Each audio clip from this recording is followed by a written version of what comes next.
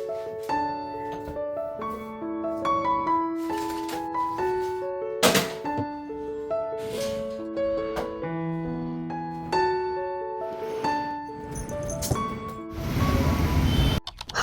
എല്ലാവർക്കും നമസ്കാരം. നമ്മുടെ പുതിയൊരു വ്ളോഗിലേക്ക് എല്ലാവർക്കും സ്വാഗതം. എല്ലാവരും സുഖമായിട്ടിരിക്കുമല്ലേ? ഞങ്ങളുടെ സുഖമായിട്ടിരിക്കുന്നു. അപ്പോൾ ഇന്നും പതിവ് പോലെ തന്നെ ഞാൻ രാവിലെ 6 മണിക്ക് തന്നെ എഴുന്നേറ്റിട്ടുണ്ട് കേട്ടോ. അപ്പോൾ ഇന്നത്തെ നമ്മുടെ വീഡിയോ ടൈറ്റിലും തമ്പനയിലൊക്കെ കണ്ടപ്പോൾ തന്നെ മനസ്സിലായി കാണുമല്ലോ, ഒരു ക്ലീനിങ് വീഡിയോ ആണ് കേട്ടോ. നമ്മൾ കുറേ നാളായല്ലോ ഇപ്പോൾ ഡീപ്പ് ക്ലീനിങ് ഒക്കെ ചെയ്തിട്ട്. അപ്പോൾ ഇന്ന് നമ്മുടെ വലിയ റൂം ഒന്ന് ഡീപ്പ് ക്ലീനിങ് ചെയ്യാൻ പോവാണ്. ഞാനിതിങ്ങനെ മന്ത്ലി ഡീപ്പ് ക്ലീനിങ് ചെയ്യാറുണ്ട്, നിങ്ങൾക്ക് അറിയാമല്ലോ. ഞാനതൊരു റുട്ടീനായിട്ട് ഫോളോ ചെയ്യുന്നൊരു കാര്യമാണ്. എല്ലാ മാസവും നമ്മുടെ വീടിനകത്തുള്ള എല്ലാ റൂമും, നമുക്ക് 2 ബെഡ്റൂമാണ് ഉള്ളത്, ബെഡ്റൂമും കിച്ചണും ഹാളും ഒക്കെ ഞാനിങ്ങനെ മന്ത്ലി വൺസ് ക്ലീൻ ചെയ്യാറുണ്ട് കേട്ടോ. അതിൽ കൂടുതലായിട്ടും വീക്ക്ലി വൺസ് ആണ് ഞാൻ ഏതെങ്കിലും ഒരു ബെഡ്റൂം തിരഞ്ഞെടുക്കുന്നത്. അപ്പോൾ എന്തായാലും മെയ് മാസത്തെ ക്ലീനിങ് ആണ് ഇപ്പോൾ നടക്കുന്നത്. അപ്പോൾ കഴിഞ്ഞ ദിവസം എനിക്ക് വയ്യാന്നൊക്കെ പറഞ്ഞിരുന്നില്ലേ, അപ്പം വയ്യായികയൊക്കെ കഴിഞ്ഞ് എന്നാലും വലിയ കുഴപ്പമൊന്നും ഇല്ലാതിരുന്ന സമയത്താണ് കേട്ടോ ഞാൻ ക്ലീൻ ചെയ്യാനായിട്ട് സ്റ്റാർട്ട് ചെയ്തത്. മെയിനായിട്ട് നമുക്ക് ഈ ഡസ്റ്റ് അടിക്കുന്നതുകൊണ്ട് തന്നെയാണ് പ്രശ്നങ്ങൾ വരുന്നത്, പിന്നെ ഇപ്പോഴത്തെ ക്ലൈമറ്റും കൊണ്ടാണ്. അങ്ങനെ പിന്നെ ഞാൻ എന്തായാലും ഇനിയിപ്പോൾ ഒരുപാട് ലേറ്റ് ആക്കണ്ട, നമുക്ക് ഫസ്റ്റ് നമ്മുടെ ബെഡ്റൂമിൽ നിന്ന് തന്നെ തുടങ്ങാമെന്ന് കരുതി കേട്ടോ. ആദ്യമേ തന്നെ ഞാൻ നമ്മുടെ ആ ഒരു കർട്ടൻസ് ഒക്കെ എടുത്ത് മാറ്റുന്നുണ്ട്. കാരണം കർട്ടൻസ് അങ്ങനെ ഇട്ടേക്കുകയാണെങ്കിൽ അതിൽ പെട്ടെന്ന് ഡസ്റ്റ് പിടിക്കും. കാരണം ഇത് 2-3 ആഴ്ച മുമ്പാണ് ഇത് കഴുകിയത്, ഒരു 2 ആഴ്ച മുമ്പാണ് കേട്ടോ ഇത് കഴുകിയത്. അപ്പോൾ എന്തായാലും ഇനിയിപ്പോൾ ഉടനെ ഒന്നും കർട്ടൻ കഴുകേണ്ട കാര്യമില്ല. അപ്പോൾ ആദ്യമേ തന്നെ ജനാലകളെല്ലാം ഒന്ന് തുറന്നിടുവാണ്.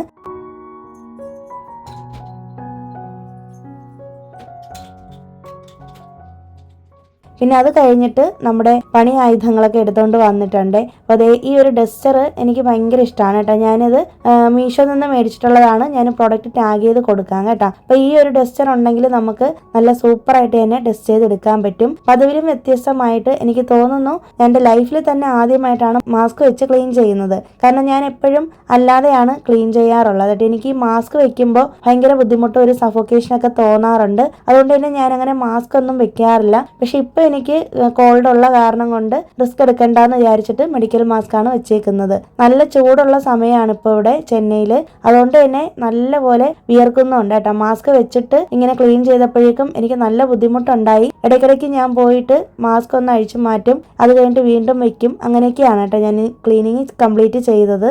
അപ്പോൾ അതേ നമുക്ക് വീഡിയോ കാണുമ്പോൾ തന്നെ മനസ്സിലാവുമല്ലോ, എല്ലായിടത്തും ഡസ്റ്റാണ് കേട്ടോ. നമ്മൾ എത്രയൊക്കെ ക്ലീൻ ചെയ്തു എന്ന് പറഞ്ഞാലും, എങ്ങനെയൊക്കെ ഡീപ്പ് ക്ലീനിങ് ചെയ്തു എന്ന് പറഞ്ഞു കഴിഞ്ഞാലും കൃത്യമായിട്ട് ആ ഒരു മാസം ആകുമ്പോഴേക്കും എല്ലായിടത്തും ഡസ്റ്റ് ആവുന്നുണ്ട്. പ്രത്യേകിച്ച് നമ്മൾ താമസിക്കുന്ന സ്ഥലത്ത് ഈ ഗ്രൗണ്ടും കൂടി ഉള്ളത് കൊണ്ട് അവിടെ നിന്നുള്ള ഡസ്റ്റ് ഇങ്ങനെ ആവാറുണ്ട്. പിന്നെ റോഡ് സൈഡാണല്ലോ, അപ്പോൾ അതൊക്കെ കൊണ്ടാണ് കേട്ടോ ഡസ്റ്റ് ഇങ്ങനെ വരുന്നത്.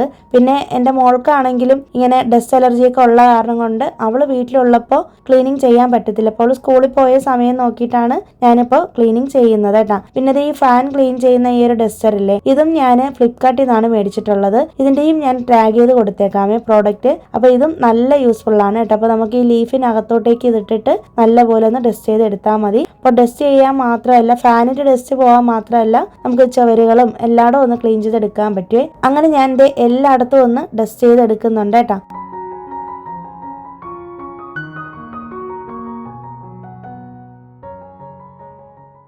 അപ്പോൾ നമ്മുടെ ഈ കബോർഡിനകത്തൊന്നും ക്ലീൻ ചെയ്യുന്നില്ല ഇപ്പോൾ. അതൊക്കെ ഡീപ്പ് ക്ലീനിങ് ചെയ്യാൻ എടുക്കുകയാണെങ്കിൽ കുറേ ലേറ്റ് ആവും. മാത്രമല്ല എല്ലാം കൂടി വലിച്ചു വാരി ചെയ്യണ്ടല്ലോ, ഏതെങ്കിലും ഒരു പോർഷനായിട്ട് ചെയ്യാമെന്ന് കരുതിയിട്ട് ഇപ്പോൾ തൽക്കാലം വീട് മൊത്തത്തിലൊന്ന് ഡസ്റ്റിങ് ചെയ്തെടുക്കുകയാണ് ചെയ്യുന്നത്. പിന്നെ നമ്മൾ എപ്പോഴും ഡസ്റ്റിങ് ചെയ്യുന്ന സമയത്ത് ഒന്ന് ജനാലകളൊക്കെ ആദ്യമേ തന്നെ ഒന്ന് തുറന്നിട്ടാൽ വളരെ നല്ലതായിരിക്കും കേട്ടോ. അപ്പോഴേക്കും നമുക്ക് ആ ഒരു ഡസ്റ്റൊക്കെ ഒന്ന് പുറത്തേക്ക് പോയിക്കോളും.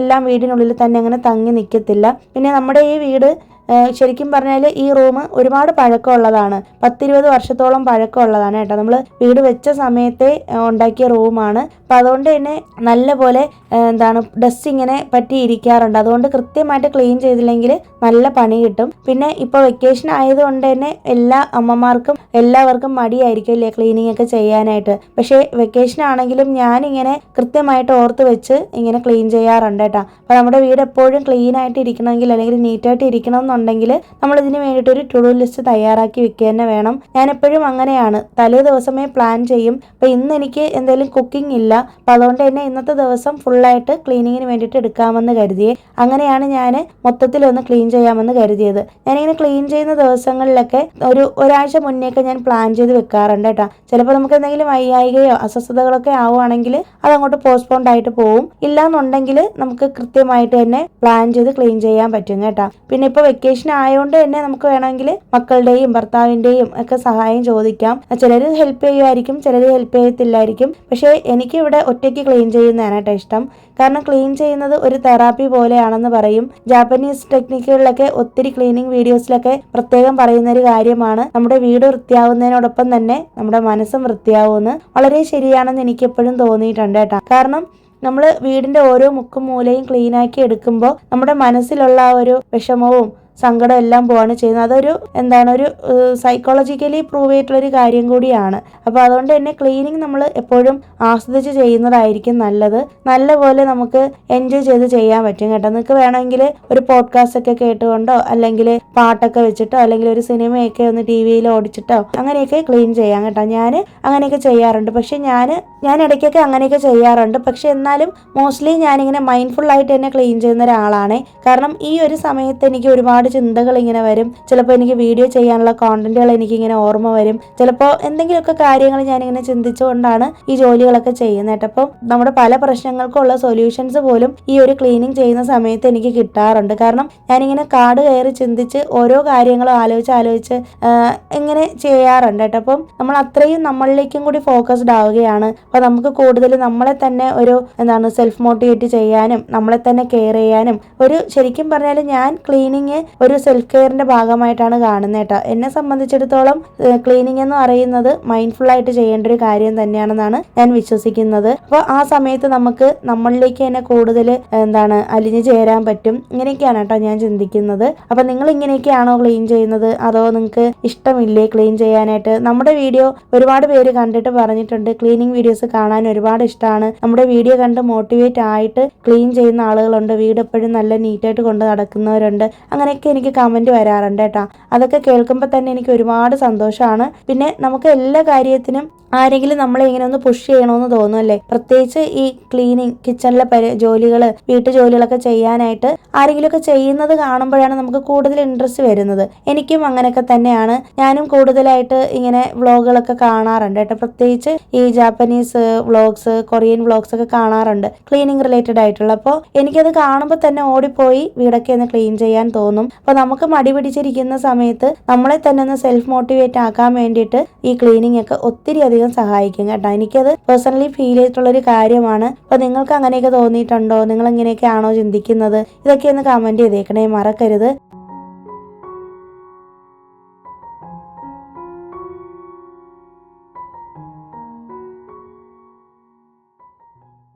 അപ്പോൾ അതേ എന്നും ക്ലീൻ ചെയ്യുന്ന വീട്ടിൽ പോലും ഇത്രയ്ക്കും ഡസ്റ്റ് ഉണ്ട്. ഒരുപാട് ഡസ്റ്റ് ആയിരുന്നു കേട്ടോ.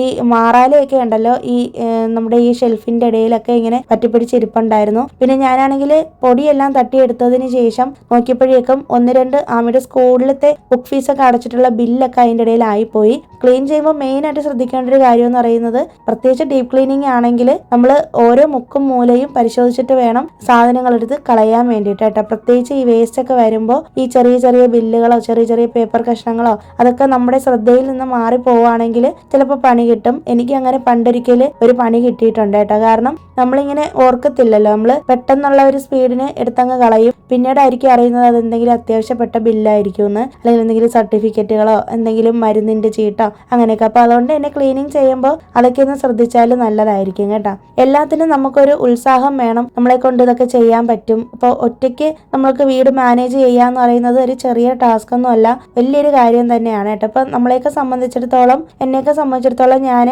ഒറ്റയ്ക്കാണ് വീട്ടിലെ എല്ലാ കാര്യങ്ങളും നോക്കുന്നത്. നമുക്ക് അങ്ങനെ ക്ലീനിങ്ങിന് വേണ്ടിയിട്ട് ഒരു മെയ്ഡിനെ വെക്കാനോ അല്ലെങ്കിൽ കുക്കിങ്ങിന് വേണ്ടിയിട്ട് ഒരാളിനെ വെക്കാനോ ക്ലീനിങ്ങിന് വേണ്ടിയിട്ടോ അങ്ങനെയൊന്നും ഞാൻ ഇതുവരെയും ചെയ്തിട്ടില്ല. എനിക്ക് അതിനോട് ഒട്ടും താല്പര്യമില്ല.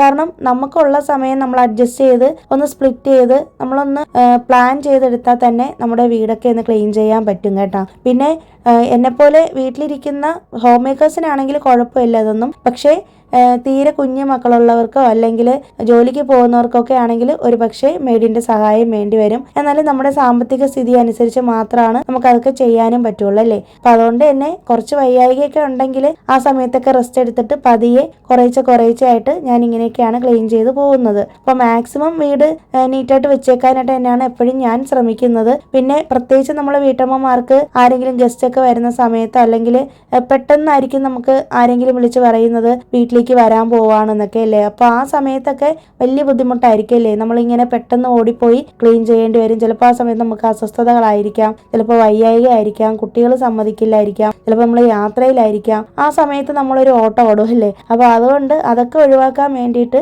കൃത്യമായൊരു റൊട്ടീൻ നമ്മൾ പ്ലാൻ ചെയ്ത് പോയാൽ വളരെ ഈസി ആയിരിക്കും. വീട് നല്ല നീറ്റായിട്ട് കിടക്കും. അപ്പോൾ നീറ്റായിട്ട് കിടക്കുക എന്ന് പറയുന്നത് ഞാൻ എപ്പോഴും പറയുന്ന പോലെ മ്യൂസിയം പോലെ ഒരു പൊടിയും അഴുക്കും ഇല്ലാതെ കിടക്കണമെന്നൊന്നും അല്ല. കുഞ്ഞുമക്കളുള്ള വീട്ടിലൊക്കെ അതൊക്കെ സ്വാഭാവികമാണ്. പക്ഷെ എന്നാലും ഒന്ന് ഒതുക്കി വൃത്തിയാക്കിയൊക്കെ ഇടുക കേട്ടോ. ഈ ഡീപ് ക്ലീനിങ് ചെയ്യുന്നത് കൊണ്ടുള്ളൊരു ഗുണമെന്ന് പറയുന്നത് നമുക്ക് വീടിനുള്ളിൽ കയറുമ്പോൾ നമ്മൾ ഏറ്റവും കൂടുതൽ സ്പെൻഡ് ചെയ്യുന്നത് വീട്ടമ്മമാർ വീടിനുള്ളിലാണല്ലോ. അപ്പോൾ ആ ഒരു ടൈമിൽ നമുക്ക് മൈൻഡ്ഫുൾ ആയിട്ട് ജോലികൾ ചെയ്യാനും മൈൻഡ് റിലാക്സ് ആയിട്ട് ഇരിക്കാനും ഒക്കെ ഹെൽപ്പ് ചെയ്യുന്നത് വീട് എപ്പോഴും നീറ്റായിട്ട് ഇരിക്കുമ്പോഴാണല്ലേ. അപ്പോൾ ഒരു ദിവസം നമ്മുടെ വീട് വൃത്തിയില്ലാതിരിക്കുകയാണെങ്കിൽ തന്നെ ആ ദിവസം നമ്മുടെ വീട്ടിന് ഒരു അടുക്കും ചിട്ടയും കാണത്തില്ല. നമുക്കാണെങ്കിലും ആ ദിവസം ഒന്നും ചെയ്യാൻ തോന്നത്തില്ല. എനിക്ക് അങ്ങനെയൊക്കെ ഫീൽ ചെയ്യാറുണ്ട്. ഞാനും അങ്ങനെയാണ്.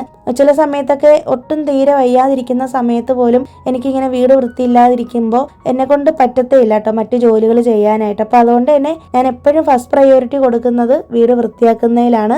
വീട് വൃത്തിയാക്കുക എന്നതിലുപരി വീടൊന്ന് ഒതുക്കി ഇടുക എന്നുള്ളതാണ് കേട്ടോ. ഇങ്ങനെ വലിച്ചു വാരി സാധനങ്ങൾ നിരത്തി കൂട്ടി ഇടാതെ അങ്ങനെയൊക്കെ ഇടാനായിട്ട് നമ്മൾ മറ്റുള്ളവരെ അനുവദിക്കരുത്, നമ്മളും ചെയ്യരുത്.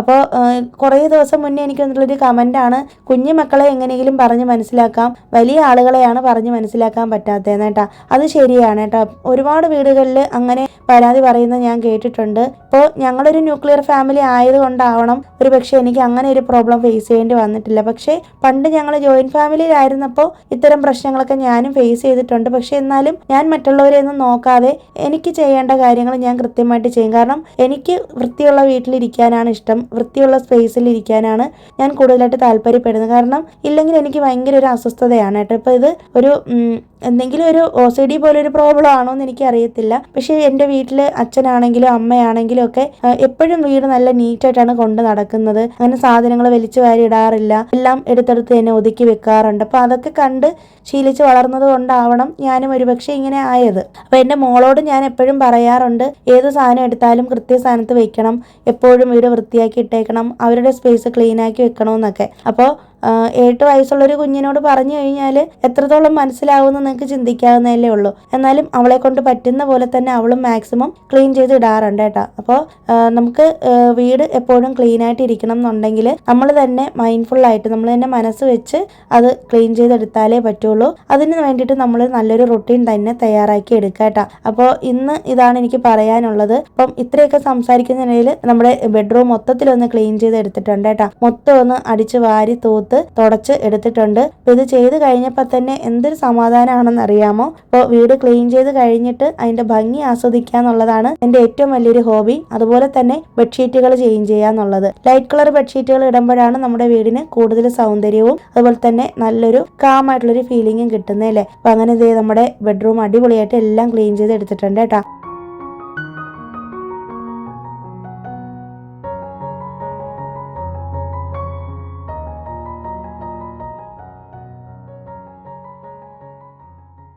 പിന്നെ അത് കഴിഞ്ഞിട്ട് ഞാൻ പോയി കുളിയൊക്കെ കഴിഞ്ഞിട്ട് വന്നിട്ട് ഇടയിൽ തന്നെ ലഞ്ചൊക്കെ കഴിച്ചിട്ടുണ്ട്.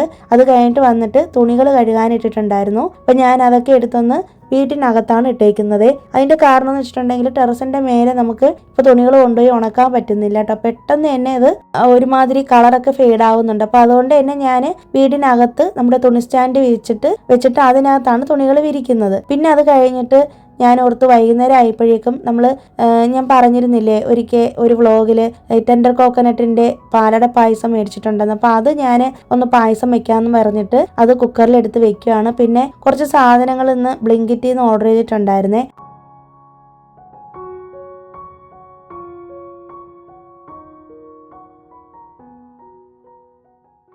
അപ്പോൾ അതേ തൊലി കളഞ്ഞിട്ടുള്ള വെളുത്തുള്ളിയാണ് ഞാനിപ്പോൾ റീസെൻ്റ് ആയിട്ട് മേടിക്കുന്നത് കേട്ടോ. കാരണം എനിക്ക് ഇതിനുള്ള സമയം കിട്ടുന്നില്ല ഇപ്പോൾ വെക്കേഷൻ ആയപ്പോൾ. കാരണം വീട്ടിലെ എല്ലാ കാര്യങ്ങളും മോളുടെ കാര്യങ്ങളും എല്ലാം കൂടി ആകുമ്പോഴേക്കും എനിക്ക് സമയം കിട്ടുന്നില്ല. അപ്പോൾ ഞാൻ എന്തെങ്കിലും പീൽഡ് ആയിട്ടുള്ള ഗാർലിക്കാണ് മേടിച്ചിട്ടുള്ളത്.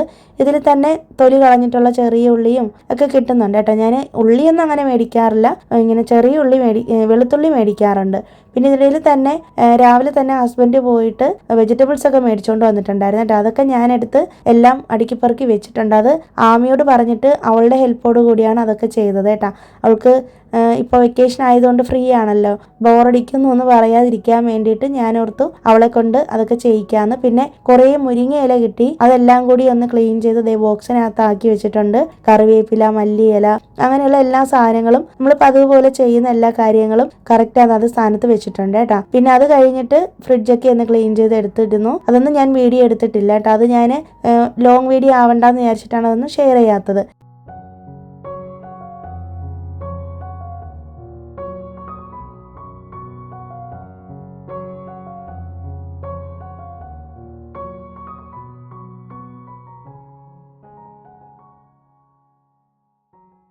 പിന്നെ വൈകുന്നേരം ആയപ്പോഴേക്കും നമ്മൾ ഉണ്ടാക്കിയ പാലട പായസം ബോളിയായിട്ട് മിക്സ് ചെയ്ത് കഴിച്ചു. അപ്പോൾ എനിക്ക് അത്രയ്ക്ക് ഇഷ്ടപ്പെട്ടിട്ടില്ല, കാരണം കരിക്ക് പായസം നല്ല മധുരമാണ്. ഇത് പറ്റിയ ദിവസം തണുപ്പിച്ചിട്ട് കഴിക്കുമ്പോൾ ചിലപ്പോൾ മധുരം കുറയുമായിരിക്കും. ചൂടോടെ കഴിച്ചുകൊണ്ടാണോ എന്ന് അറിയത്തില്ല, നല്ല പോലെ മധുരമായിരുന്നേ. പിന്നെ നമ്മുടെ ചെടികളൊക്കെ അതേ ഈ ഒരു അവസ്ഥയിലാണ് ഇപ്പം നിൽക്കുന്നത്. ഇതാണെങ്കിൽ മൊത്തം കരിഞ്ഞുണങ്ങി നിൽക്കുകയാണ് കേട്ടോ. നമ്മുടെ പുതിന ചെടി 3-4 നേരം വെള്ളം ഒഴിച്ചു കൊടുത്തുകൊണ്ടിരുന്നതാണ്. ഇപ്പോൾ ഞാനും ആമിയും മറന്നുപോയിട്ട് അങ്ങനെ വെള്ളം ഒഴിക്കാതെ 2-3 ദിവസം വിട്ടപ്പോൾ ഈ ഒരു അവസ്ഥയിലാണ് നിൽക്കുന്നത് കേട്ടോ. ഇനി അതിനെ ഒന്ന് പരിപോഷിപ്പിച്ചെടുക്കണം, എന്നിട്ട് പെട്ടെന്ന് തന്നെ അതിൽ നിന്ന് കട്ട് ചെയ്തെടുക്കണം എന്നുണ്ട് എനിക്ക്. അത് ഇനി വരുന്ന ദിവസങ്ങളിൽ എപ്പോഴെങ്കിലും ചെയ്യണമെന്നാണ് ആഗ്രഹിക്കുന്നത്. പിന്നെ അത് കഴിഞ്ഞിട്ട് നമ്മൾ ടെറസിന്റെ മേലെയാണ് വന്നേക്കുന്നത്.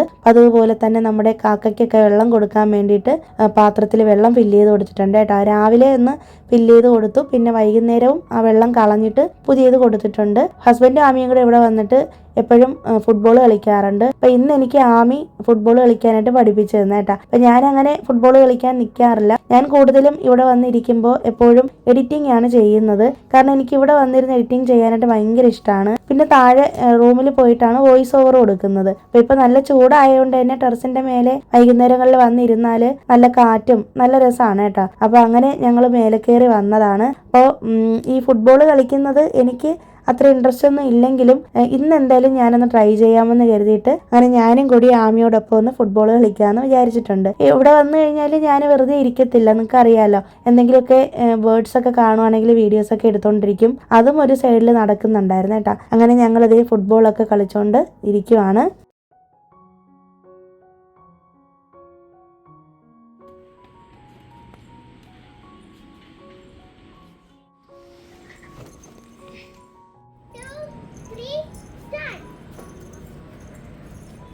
അങ്ങനെ ഞങ്ങളുടെ കളിയും കാര്യങ്ങളും എല്ലാം കഴിഞ്ഞിട്ടുണ്ട്. പിന്നെ അത് കഴിഞ്ഞിട്ട് ഞാൻ വീഡിയോ ഒന്നും എടുത്തിട്ടില്ല കേട്ടോ. പിന്നെ താഴെ പോയിട്ട് വിളക്കൊക്കെ വെച്ചിട്ടുണ്ട്, പിന്നെ മറ്റു കാര്യങ്ങൾ, ഡിന്നർ. പിന്നെ അത് കഴിഞ്ഞിട്ട് ഞാനാണെങ്കിൽ നിങ്ങൾക്ക് ഒരു കാര്യം കാണിച്ചു തരാമെന്ന് വിചാരിച്ചു. നമ്മുടെ വീടിനോട് തൊട്ട് ചേർന്ന് കിടക്കുന്ന നമ്മുടെ കിച്ചണിന്റെ പുറകു സൈഡിൽ വരുന്ന സ്ഥലം ഉണ്ടല്ലോ, ഇതിവിടെ ഇപ്പോൾ ക്ലീൻ ചെയ്തിട്ടുണ്ട് കേട്ടോ. റീസെന്റ് ആയിട്ട് മൊത്തം അഴുക്കായിരുന്നു കേട്ടോ. ഇത് 2 പ്ലോട്ടായിട്ടാണ് കിടക്കുന്നത്. ഇവിടെ നമ്മുടെ ചെന്നൈയിൽ 5 സെന്റിനെയാണ് ഒരു ഗ്രൗണ്ട് എന്ന് പറയുന്നത്. അപ്പോൾ 2 ഗ്രൗണ്ട് ഉണ്ട്, അതായത് 10 സെന്റ് ഉണ്ട് ആ സ്ഥലം. അത് സെയിലായി എന്നാണ് പറഞ്ഞത് അടുത്ത വീട്ടിലുള്ള ആൾക്കാർ. അങ്ങനെ അത് ക്ലീൻ ചെയ്ത് ഇട്ടേക്കുന്നതാണ്. കാണാൻ നല്ല ഭംഗിയുണ്ടല്ലേ. ഞാനിനി ഒരു വീഡിയോയിൽ രാവിലത്തെ അവിടുത്തെ ഒരു ഭംഗി ഞാൻ നിങ്ങൾക്ക് കാണിച്ചു തരാമേ, നമ്മുടെ കിച്ചൺ വഴിയുള്ള വ്യൂ. പിന്നെ ഈ വീഡിയോ എടുത്തേക്കുന്നത് ശരിക്കും പറഞ്ഞാൽ കുറേ ദിവസം മുന്നേ എടുത്തിട്ടുള്ള വീഡിയോ ആണ്. ഞങ്ങൾ ഈ ഫാസ്റ്റിംഗ് ഒക്കെ തുടങ്ങുന്നതിന് മുന്നേ, വൈശാഖ മാസം തുടങ്ങുന്നതിന് മുന്നേ, എനിക്ക് തോന്നുന്നു ഏകദേശം ഒരു മാസത്തിന് മേലെ ആയി ഈ വീഡിയോ എടുത്ത് വെച്ചിട്ട്. ഞാനിത് വെറുതെ ഒന്ന് ഫോൺ ചെക്ക് ചെയ്ത് നോക്കിയപ്പോൾ ഈ വീഡിയോ ഞാൻ ഒരു വ്ളോഗിൽ ആഡ് ചെയ്തിട്ടും ഇല്ല, എങ്ങനെയോ വിട്ടുപോയതാണ് കേട്ടോ. അപ്പോൾ ആ ഒരു ക്ലിപ്പിംഗ് കിടന്നതുകൊണ്ട് ഞാൻ എന്തായാലും ഇതിലൊന്ന് ആഡ് ചെയ്യാമെന്ന് കരുതിയിട്ട് ഇട്ടതാണ്. അപ്പോൾ ഇത് നമ്മൾ നോലമ്പൂർ എന്ന് പറയുന്ന സ്ഥലത്ത്, ഇവിടെ ചെന്നൈയിലുള്ളവർക്ക് അറിയാമായിരിക്കും, ഇവിടെ കറി ബോൾ എന്നിട്ടൊരു മലയാളി കടയുണ്ട് കേട്ടോ. ഇതൊരു മലയാളി റെസ്റ്റോറൻ്റ് ആണ്. അപ്പോൾ നമ്മൾ ഇവിടെ വന്ന് ഒന്ന് ഭക്ഷണം കഴിക്കാമെന്ന് കരുതിയിട്ട് ഒരു ദിവസം ഈവനിങ് വന്നതാണ്. ഇത് ശരിക്കും പറഞ്ഞാൽ ഞാൻ പറഞ്ഞില്ലേ, കഴിഞ്ഞ മാസം എടുത്തിട്ടുള്ള വീഡിയോ ആണ്, കുറേ മുന്നേ എടുത്തിട്ടുള്ള വീഡിയോ ആണ് കേട്ടോ. ആമിയുടെ എക്സാം ഒക്കെ നടക്കുന്ന സമയത്ത് അങ്ങനെ വൈകുന്നേരത്തെ ചായ കുടിക്ക് വന്നതാണ് കേട്ടോ. അപ്പോൾ ഞാൻ ഓർത്തു എന്തായാലും ആ ഭാഗത്ത് ആരെങ്കിലും ഉണ്ടെങ്കിൽ ഈ ഒരു കടയിൽ പോയിട്ടില്ലെങ്കിൽ നിങ്ങളൊന്ന് പോയി നോക്കുക കേട്ടോ. നമ്മുടെ നാടൻ ഭക്ഷണം കിട്ടുന്ന ഷോപ്പാണ്. പിന്നെ അവിടെ ഇരുന്ന് കഴിക്കാനൊന്നും വലിയ സൗകര്യങ്ങളൊന്നും ഇല്ല. ഞങ്ങൾ സാധാരണ ഈ ഭാഗത്തേക്ക് വരുമ്പോൾ പോകുന്നത് കോട്ടയം കഫേയിലാണ് പോകുന്നത് കേട്ടോ. അപ്പോൾ ഈ കറി ബൗൾ എന്ന് പറയുന്ന കട റീസെന്റ് ആയിട്ടാണ് കണ്ടുപിടിച്ചത്.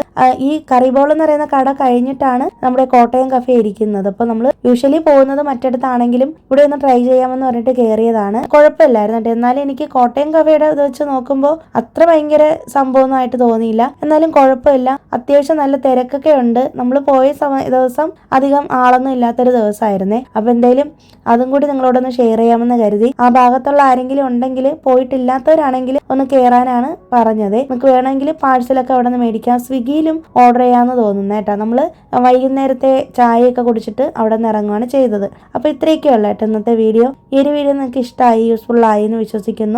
വീഡിയോ ഇഷ്ടമായാലും ഒന്ന് ലൈക്ക് ചെയ്യാനും ഷെയർ ചെയ്യാനും കമൻറ്റ് ചെയ്യാനും, ആദ്യമായിട്ട് കാണുന്ന കൂട്ടുകാരുണ്ടെങ്കിൽ ഒന്ന് സബ്സ്ക്രൈബ് ചെയ്യാനും മറക്കരുതേ. പുതിയൊരു വീഡിയോ ആയിട്ട് നമുക്കിനി വീണ്ടും കാണാം. അതുവരേക്കും എല്ലാവർക്കും ബൈ. Thanks for watching.